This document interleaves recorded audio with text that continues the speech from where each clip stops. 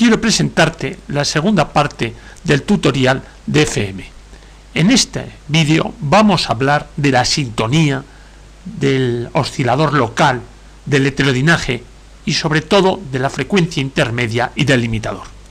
Pero antes de empezar, quiero agradecerte la audiencia que ha tenido la primera parte y por supuesto aquellas personas que además han hecho comentarios. Yo creía que era un vídeo muy teórico, que no iba a tener aceptación, y he tenido la agradable sorpresa de ver que ha gustado. Deseo que este también te guste. Muchas gracias. Vimos que hay una señal portadora que en el tiempo tiene la ecuación voltaje de la portadora por el seno de 2pi, frecuencia de la portadora, y por el tiempo. Y ese voltaje, Vp o amplitud de la portadora, ese es el que se mantiene constante. Estamos hablando de frecuencia modulada. Pero a pesar de que se mantiene constante, veremos que hay pequeñas variaciones y veremos cómo esas pequeñas variaciones se corrigen. Eso es parte de la lección de hoy. Y después, lógicamente, hay una señal moduladora, que es la señal de música o la señal de locutor, que tiene la expresión de voltaje de la moduladora. Ese voltaje, por supuesto, su amplitud es variable por el seno de 2pi, la frecuencia moduladora, y por el tiempo. Y lo más importante que vimos es que las desviaciones de frecuencia eran proporcionales precisamente a esas variaciones de la onda moduladora.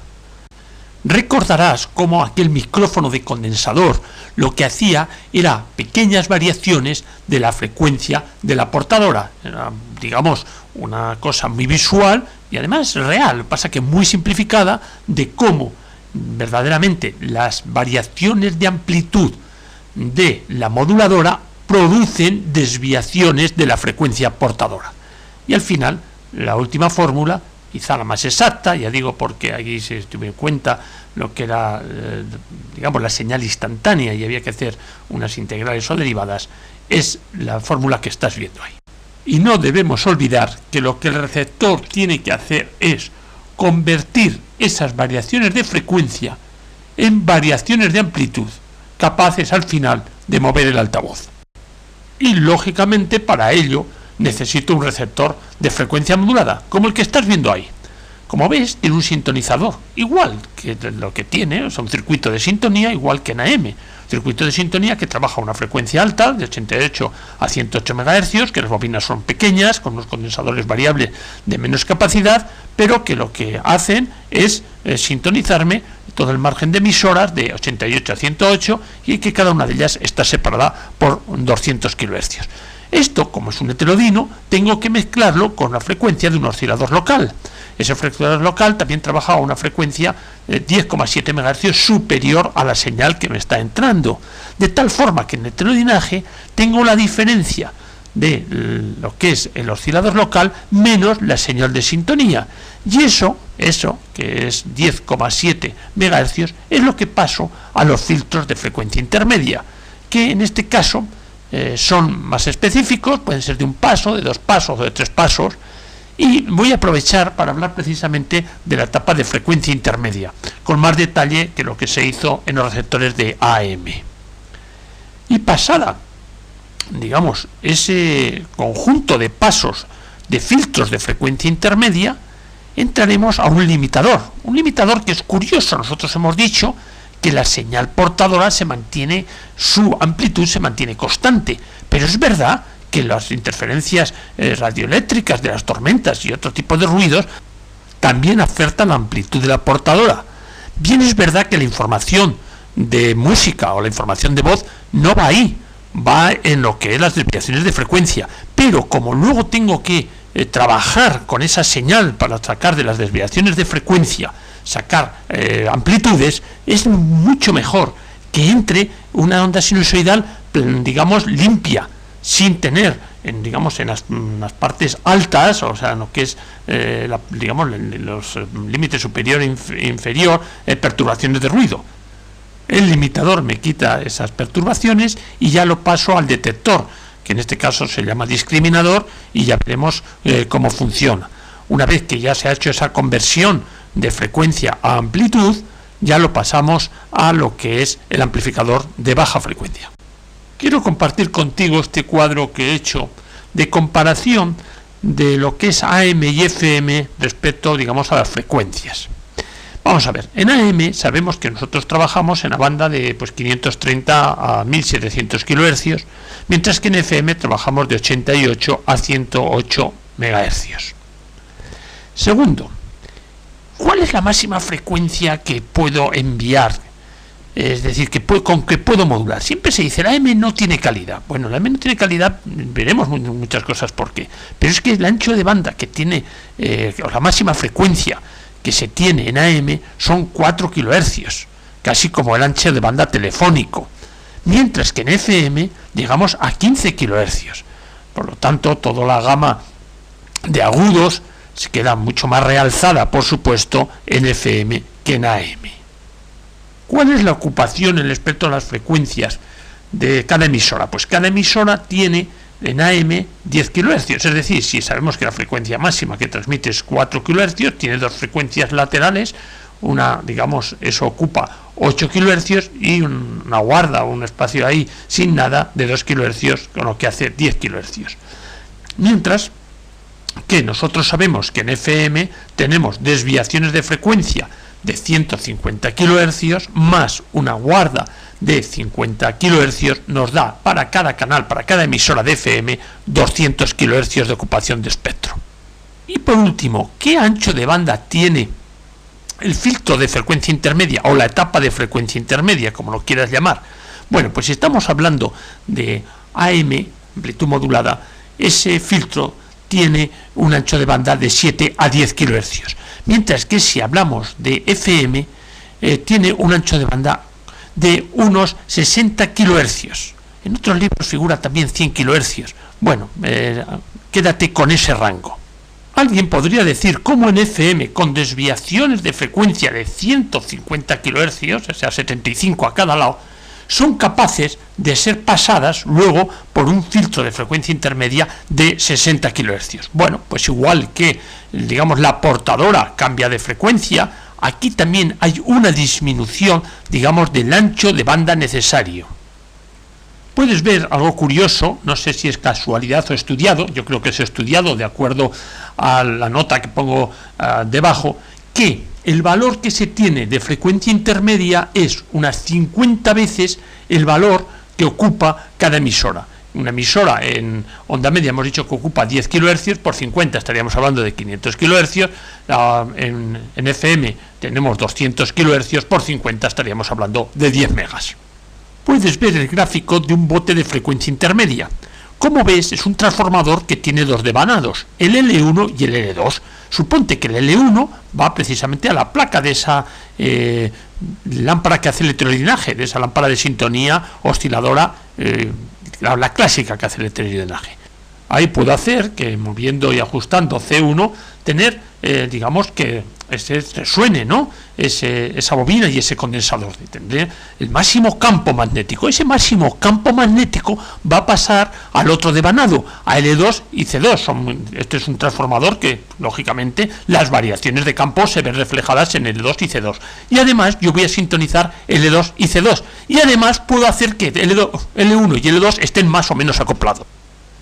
Yo ajusto y puedo ver cómo la curva de salida de ese filtro pasa por los puntos K, M y N, dependiendo de, digamos, de ese grado de acoplamiento.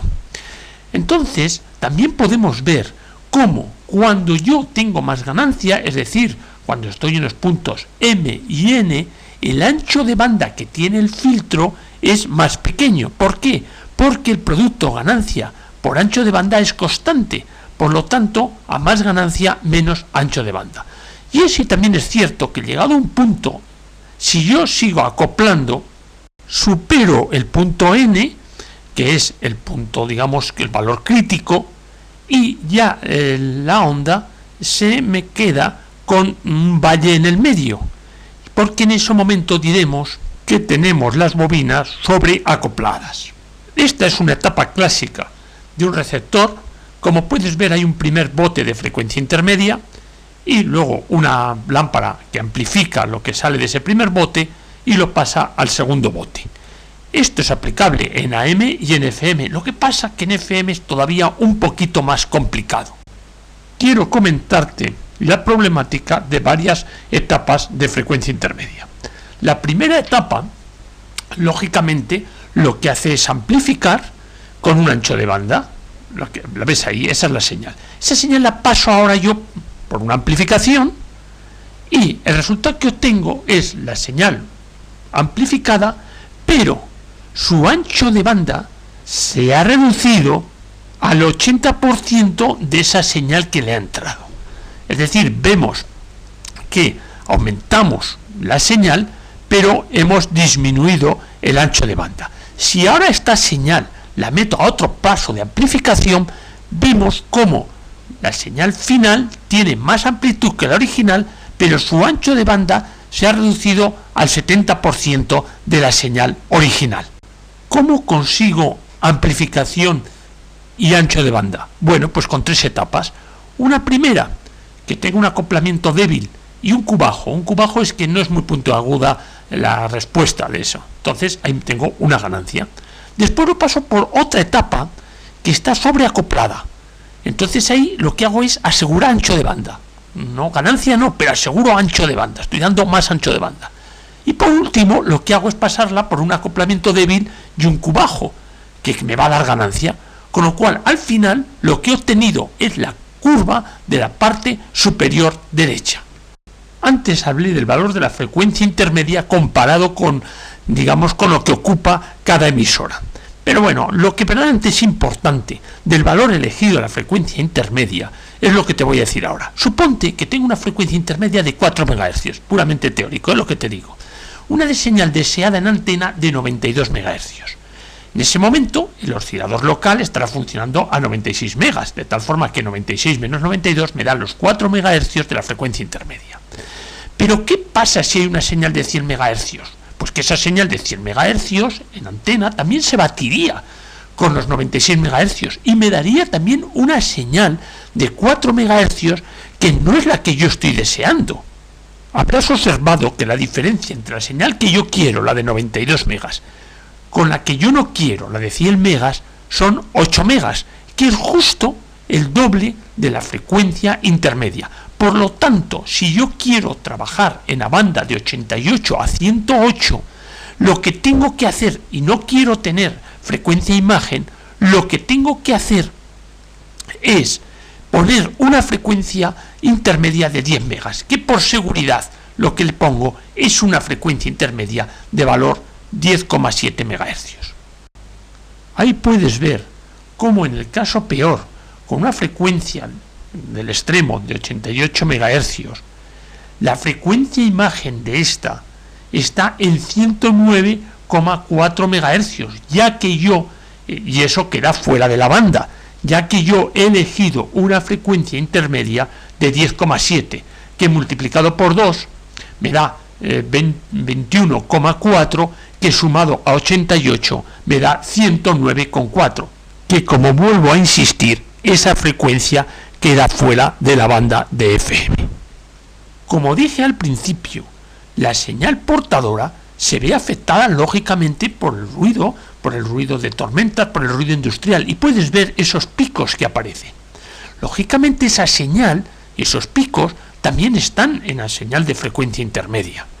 Y yo tengo que atacar a lo que es el discriminador, que es el equivalente al detector, no el equivalente, el detector, digamos, de FM, lo tengo que atacar con una señal sinusoidal que varía en frecuencia, pero con una amplitud verdaderamente constante. Porque además no solamente puede ser la tormenta, también puede ser las distintas ganancias que tienen el filtro de frecuencia intermedia.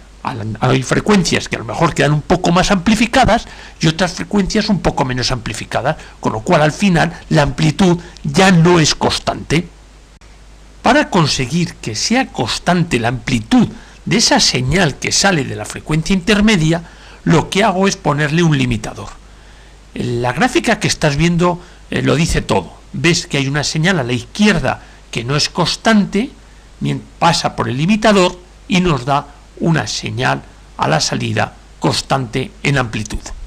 Bien, ¿cómo se hace un limitador? Bueno, pues un limitador se puede hacer mediante una lámpara, un simple triodo, que yo lo que hago es ponerlo a trabajar en ese punto negativo que está trabajando, de tal forma que cuando la excursión de la señal de entrada sale hacia la izquierda, se sale ya de la curva, de esa curva del tramo lineal hacia la izquierda, esa parte no se amplifica, esa parte se corta.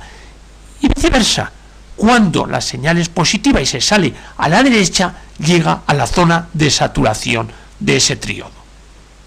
¿Cómo lo podría haber hecho también? Pues con diodos. A la izquierda son diodos de estado de vacío, pero yo prefiero que lo veas a la derecha, que son diodos de estado sólido, los que conoces, digamos, con más frecuencia. ¿Qué he hecho? ¿O qué se ha hecho? Lo que se ha hecho es ponerle a uno una tensión positiva y a otro una tensión negativa, de tal forma que la señal puede variar entre esa señal positiva y esa señal negativa, en este caso entre +8 y -8, cortando el resto. Pero alguien se puede preguntar, pero la señal que está abajo es una señal completamente sinusoidal y no se ve cortada. Lo que le falta al esquema para ser perfecto y para que verdaderamente la onda de salida fuese la que está en la parte inferior, es que en donde está RL, ahí habría que poner un filtro de tal forma que esa señal que sale cortada por ambos extremos, el filtro la reconstituye y tenemos una señal sinusoidal. La señal que sale del limitador, que como recuerdas es la que venía de frecuencia intermedia, que la hemos pasado precisamente por el limitador para dejarla una señal sinusoidal que sea de amplitud constante, es esa onda que tú ves en la parte inferior izquierda. Luego la pasaré por el detector, que es el discriminador, para poder recuperar de esas desviaciones de frecuencia variaciones de amplitud que las llevaremos al amplificador de baja frecuencia. Quiero hacer un recordatorio a través de la película. Ese es el receptor de FM.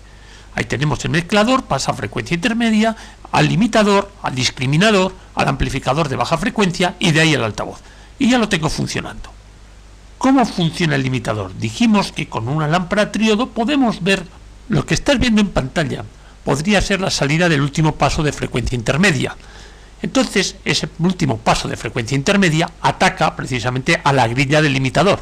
Y luego te ha realzado ahí cómo la salida de la placa, la salida de ese limitador, va a un filtro para reconstituir la señal como yo te lo dije. Bien, entonces nosotros tenemos un transmisor de frecuencia modulada, ves cómo la amplitud es constante y lo que hay es desviaciones de frecuencias. Pero acontece lo mismo que en AM, que hay tormentas, y entonces la tormenta sí que es verdad que la amplitud ya no la dejan tan constante, a pesar de que la información, y vuelvo a insistir, no va ahí en las crestas, la información va en las desviaciones de frecuencia. Pero para yo luego poder hacer un buen discriminador, necesito meterle una tensión sinusoidal constante en amplitud. Ahí puedes ver cómo esa señal pasa de positivo a negativo y además está perturbada.